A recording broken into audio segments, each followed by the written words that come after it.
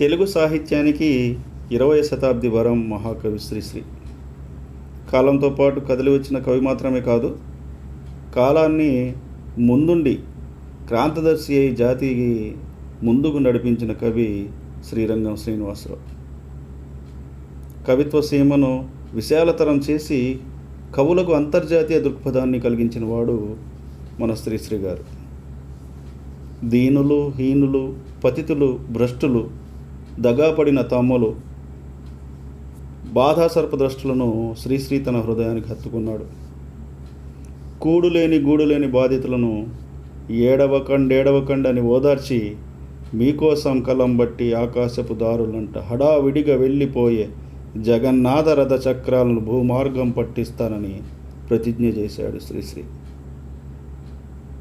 శ్రీరంగం శ్రీనివాసరావు గారు విశాఖపట్నంలో 1910 ఏప్రిల్ 30 తేదీన ఒక మధ్యతరగతి బ్రాహ్మణ కుటుంబంలో జన్మించాడు. తల్లి అప్పలకొండ, తండ్రి వెంకటరమణయ్య. శ్రీనివాసరావుకు 2 ఏళ్ల వయసులో తల్లి చనిపోయింది. తండ్రి మళ్ళీ పెళ్లి చేసుకున్నాడు. సవతి తల్లి సుభద్రమ్మ శ్రీనివాసరావును అల్లారుముద్దుగా పెంచింది. శ్రీనివాసరావుకు 14 ఏళ్ల వయసులో ఈ తల్లి కూడా మరణించింది, సవతి తల్లి. శ్రీశ్రీని 5వ ఏట రమణయ్య గారు తన ఇంటి దగ్గరలో ఉన్న గోదావరయ్య బడికి పంపారు. 8 ఏళ్ల వయసులో తనకు చేతనైన రీతిలో పొడుగు పుట్టి పదాలతో పద్యాలు రాయటం చూచి ముచ్చటపడి వాళ్ళ నాన్నగారు అతనికి సులక్షణ సారం అనే లక్షణ గ్రంథం కొనిపెట్టి ఛందస్సులో కొన్ని మెలకువలు తెలియజెప్పారు. 6వ తరగతి చదువుతున్నప్పుడు శ్రీశ్రీ వీరసింహ విజయసింహులు అనే నవల రాశాడు. తర్వాత గోకులాయి అనే డిటెక్టివ్ నవల, సావిత్రి సత్యవంతయు అనే పద్య నాటకము రచించాడు. ఇవి ఏవి అచ్చు కాలేదు. ఆఖరికి రాత ప్రతులు కూడా మనకు దొరకలేదు. 10 ఏళ్ల వయసులో శ్రీరంగం శ్రీనివాసరావు నాటకాలలో కుశుడు, అశరీరవాణి ఈ పాత్రల్లో నటించాడు. గాంధీజీ అరెస్టు నిరసనగా శ్రీశ్రీ ఇతర విద్యార్థులతో సత్యాగ్రహోద్యమంలో పాల్గొన్నారు. హై స్కూల్ చదువు పూర్తి కాగానే 15వ ఏట శ్రీశ్రీకి పెళ్ళైంది. వధువు వెంకటరమణమ్మ. ఆమె వయసు 9 ఏళ్ళు. 15వ ఏటనే శ్రీశ్రీ పరిణయ రహస్యము అనే నవలిక రాసి ప్రచురించాడు. శ్రీశ్రీ రచనల్లో మొట్టమొదట అచ్చైనది ఇదే. శ్రీశ్రీ రచించిన తొలి ఖండ కావ్యం దివ్యలోచనములు. చిన్నప్పటి నుండి సముద్రం అంటే శ్రీశ్రీకి చాలా ఇష్టం. తనే అంటాడు, నా కవిత్వానికి సముద్రమే ఆవేశం అన్నాడు. మద్రాసులో బిఏ డిగ్రీ పూర్తి కాగానే శ్రీశ్రీ విశాఖపట్నం తిరిగి వచ్చాడు. టైఫాయిడ్ జ్వరంతో దాదాపు 63 రోజులు మంచం పట్టాడు. జ్వరం వల్ల శరీరంలో మార్పు వచ్చినట్లుగానే ఆయన ఆలోచనల్లోనూ మార్పు వచ్చింది. భావ కవిత్వం మీద ఉన్న భ్రమలు తొలగిపోయాయి. అప్పటిదాకా శ్రీశ్రీ అనుభవిస్తున్న ఐశ్వర్యం కరిగిపోయింది. ఉండటానికి సొంత ఇల్లు కూడా లేని దుర్భర దారిద్ర్యం పీడించింది. బతుకు తెరువు కోసం ఎన్నో ఉద్యోగాలు చేశారు. ఉన్న చోట ఉండకుండా బంతిలాగా అన్ని ప్రదేశాలు తిరిగాడు. ఈ దుస్థితి 1930 నుండి 1950 దాకా కొనసాగింది. భావ కవిత్వం పట్ల అసంతృప్తితో కొత్తదనాన్ని వెతుక్కుంటూ సుప్తాస్తికలు గీతం రచించాడు. ఇది 1929లో రాశారు. కొత్తదనాన్ని గుర్తించని భారతి దీన్ని ప్రచురించకుండా తిప్పి పంపించింది. ఆంధ్ర విశ్వవిద్యాలయం గ్రంథాలయం హిందూ రీడింగ్ రూమ్లో దేశాల పుస్తకాలు చదివి శ్రీశ్రీ తన జ్ఞాన పరిధిని విశాలతరం చేసుకున్నాడు. మహాకవి గురజాడ రచనల గొప్పతనాన్ని అర్థం చేసుకొని గురజాడ అడుగుజాడను భావికి బాటగా సంభావించాడు శ్రీశ్రీ గారు. ప్రపంచ ప్రఖ్యాత కవులు రచనలు చదివి వాటి అంతఃసారాన్ని వంటబట్టించుకున్న శ్రీశ్రీ బాదలౌర్, మపాసా, అల్లెన్పోలను తన ఋషిత్రయంగా పేర్కొన్నాడు.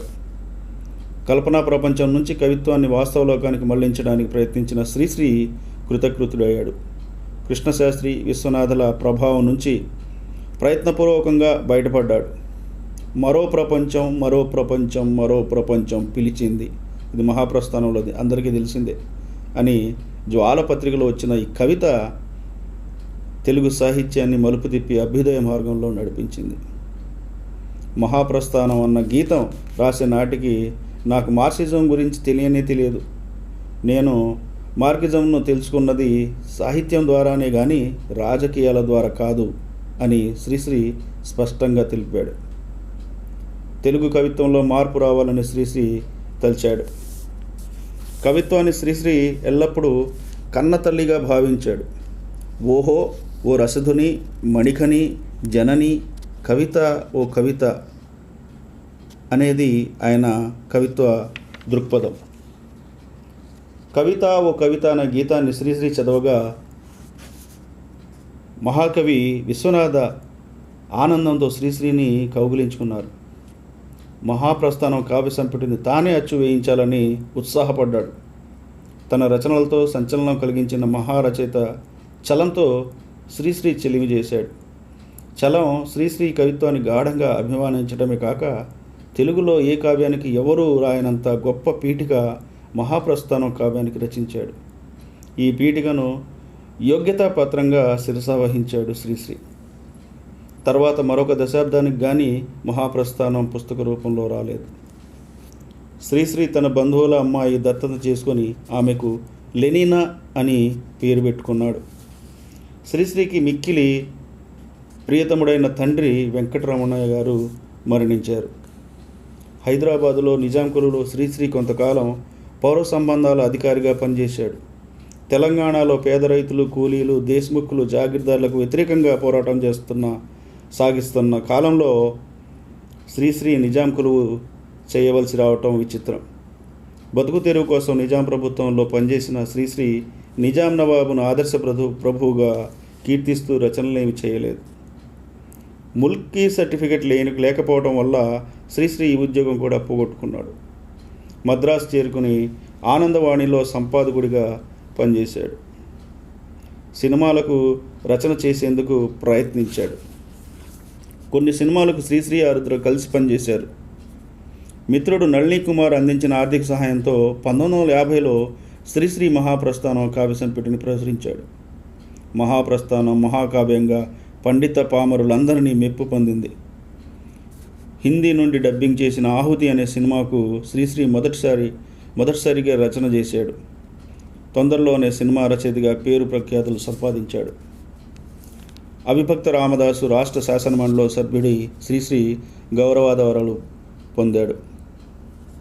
1954లో స్టాక్హోమ్లో జరిగిన శాంతి మహాసభలో భారతదేశ ప్రతినిధిగా పాల్గొన్నాడు శ్రీశ్రీ. ఇది ఆయన మొదటి విదేశ ప్రయాణం. ఈ పర్యటనలో శ్రీశ్రీ సోవియట్ రష్యా సందర్శించి ఆ దేశం సాధించిన అభివృద్ధికి ముగ్ధుడయ్యాడు. తిరిగి వచ్చాక ఆ దేశ ప్రగతిని కొనియాడాడు. సోవియట్ వ్యతిరేక కూటమి శ్రీశ్రీ ప్రకటనలను వక్రీకరించి విష ప్రచారం సాగించింది. దీనికి ఆంధ్రపత్రిక వేదిక అయింది. 1955 నాటికి శ్రీశ్రీ సొంత ఇల్లు, సొంత కారులో స్థితిమంతుడయ్యాడు. శ్రీశ్రీ రేడియో నాటికలు రాయటంలో, కథానిక రచనలో కూడా సిద్ధహస్తుడు. మరో ప్రపంచం, చరమరాత్రి రచనల్లో చైతన్య స్రవంతి శిల్పాన్ని ప్రవేశపెట్టాడు. తెలుగు సాహిత్యంలో చైతన్య స్రవంతి ప్రవేశపెట్టిన ఘనత శ్రీరంగం శ్రీనివాసరావు గారిదే. చెవిలో రహస్యం అనే డబ్బింగ్ సినిమాని శ్రీశ్రీ స్వయంగా తీసి బాగా నష్టపోయాడు. తనకు సినిమా రంగంలో కార్యదర్శిగా ఉన్న కుమారి ఉపదృష్ట సరోజను శ్రీశ్రీ పెళ్లి చేసుకున్నాడు. 1958లో ఇది జరిగింది. శ్రీమతి సరోజమ్మ శ్రీశ్రీకి 3 కుమార్తెలు, 1 కుమారుడు కలిగారు. శ్రీశ్రీ ఖడ్గ సృష్టి కావ్య సంపుటికి సోవియట్ ల్యాండ్ నెహ్రూ అవార్డు వచ్చింది. దిగంబర కవులు, తిరుగుబాటును అభ్యుదయవాదులు కూడా తిరస్కరిస్తున్న దశలో శ్రీశ్రీ వాళ్ళని సమర్థించడమే గాక వాళ్ళ కవితలు కొన్ని ఇంగ్లీష్లోకి అనువాదం చేశాడు. 1970 ఫిబ్రవరి 2వ తేదీన విశాఖపట్నంలో శ్రీశ్రీ షష్ఠిపూర్తి ఘనంగా జరిగింది. దాదాపు 2000 మంది ఊరేగింపులో పాల్గొని శ్రీశ్రీని జేజేలు పలికారు. ఆంధ్రప్రదేశ్ సాహిత్య అకాడమీ శ్రీశ్రీకి విశిష్ట సభ్యత్వం ఇచ్చి గౌరవించింది. 1970 జూలై 4వ తేదీన హైదరాబాదులో 7 స్టార్స్ సిండికేట్ శ్రీశ్రీని ఘనంగా సన్మానించాలని ఏర్పాట్లు చేసింది. ఈ సభకు కొందరు మంత్రులను, సినిమా వారిని కూడా 7 స్టార్స్ సిండికేట్ ఆహ్వానించింది. శ్రీకాకుళం జిల్లాలో నక్సలైట్ ఉద్యమంతో ప్రేరణ పొంది కొంతమంది కమ్యూనిస్టు నాయకులు రైతు కూలీలను సమీకరించి సాయుధ పోరాటం సాగిస్తున్నారు. ఆంధ్రాలో సిపిఐ మార్క్సిస్ట్ లెనినిస్ట్ పార్టీ కార్యకలాపాలను సాగిస్తున్నది.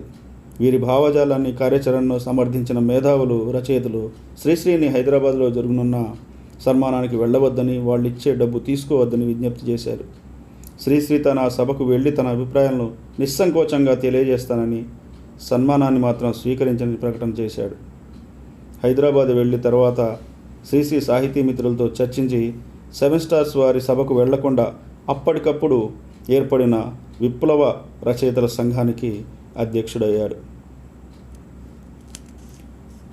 మంటల చేత మాట్లాడించి రక్తం చేత రాగాలాపన చేయిస్తానని శ్రీశ్రీ విప్లవ సంఘం పూరించాడు. మార్క్స్, లెనిన్, మావోలు తమ కృషిత్రయంగా ఈ సందర్భంలో పేర్కొన్నాడు. తెలుగు సాహిత్యంలో ఆదికాలంలో తిక్కన, మధ్యకాలంలో వేమన, ఆధునిక కాలంలో గురజాడ తన అభిమాన కవిత్రయమని శ్రీశ్రీ పెక్కు సందర్భాల్లో తెలిపాడు.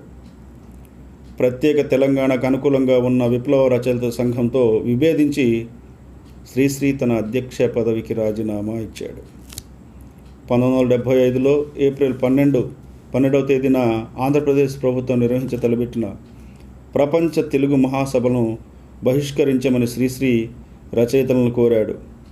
హైదరాబాద్లో జరిగిన ప్రపంచ తెలుగు మహాసభలలో శ్రీశ్రీ సభలను వ్యతిరేకిస్తూ కరపత్రాలను పంచాడు. ప్రభుత్వం శ్రీశ్రీని అరెస్ట్ చేసి ఒకరోజు జైల్లో నిర్బంధించింది. 1975 జూన్ 26వ తేదీన భారత ప్రభుత్వం దేశంలో ఎమర్జెన్సీని విధించింది. పౌర హక్కుల్ని రద్దు చేసింది. ప్రతిపక్ష నాయకులను, కవులు, రచయితలను చాలామంది జైళ్లలో నిర్బంధించింది. ప్రధాని ఇందిరాగాంధీ ప్రవేశపెట్టిన 20 సూత్రాల ప్రణాళికను మెచ్చుకుంటూ శ్రీశ్రీ రాసిన గీతాలు రేడియోలో ప్రసారమయ్యాయి. శ్రీశ్రీ వైఖరి విరసం వారిని దిగ్భ్రాంతికి గురిచేసింది. ఎన్నికలను బహిష్కరించాలనేది విరసం నిర్ణయం. కానీ శ్రీశ్రీ 1977 ఎన్నికల్లో ఇందిరాగాంధీ పరిపాలన వామపక్ష నియంతృత్వమని, ఆమెను తిరిగి ఎన్నుకోవాల్సిందిగా ప్రజలకు విజ్ఞప్తి చేశాడు.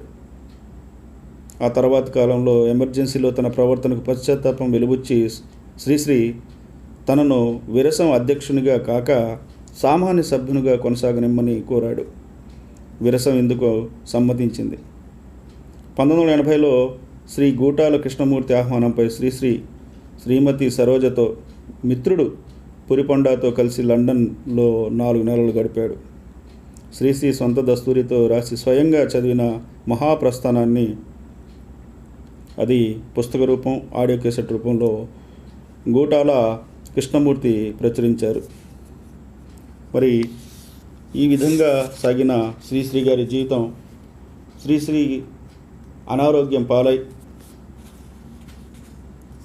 క్యాన్సర్ వ్యాధి అని తేలింది పరీక్షల్లో. 1983 జూన్ 15వ తేదీన శ్రీశ్రీ మరణించారు. తన భౌతికాయాన్ని విశాఖపట్నం కింగ్ జార్జి ఆసుపత్రికి చేర్చవలసిందిగా ఆయన వీలునామా రాశారు. కానీ కుటుంబ సభ్యులు ఆయన్ను చితిపేర్చి దహనం చేశారు. తెలుగు జాతి శ్రీశ్రీని ఆయన జీవితకాలంలో మహాకవిగా గుర్తించి అనేక సన్మానాలు చేసి గౌరవించింది. ఆయన మరణానంతరం హైదరాబాద్లో ట్యాంక్ బండి మీద విశాఖపట్నం బీచ్లో విగ్రహాలు నెలకొల్పింది. ఏ కవి యొక్క ఆవిర్భావం వల్ల ఈ ప్రపంచం ఇంకో అడుగు ముందుకు వేస్తుందో ఆ కవి మహాకవి అని శ్రీశ్రీ మరొక సందర్భంలో తెలిపాడు. మరి ఈ కులమానంతో మహాప్రస్థాన గీత రచనతో శ్రీశ్రీని మహాకవిగా తలచవచ్చు.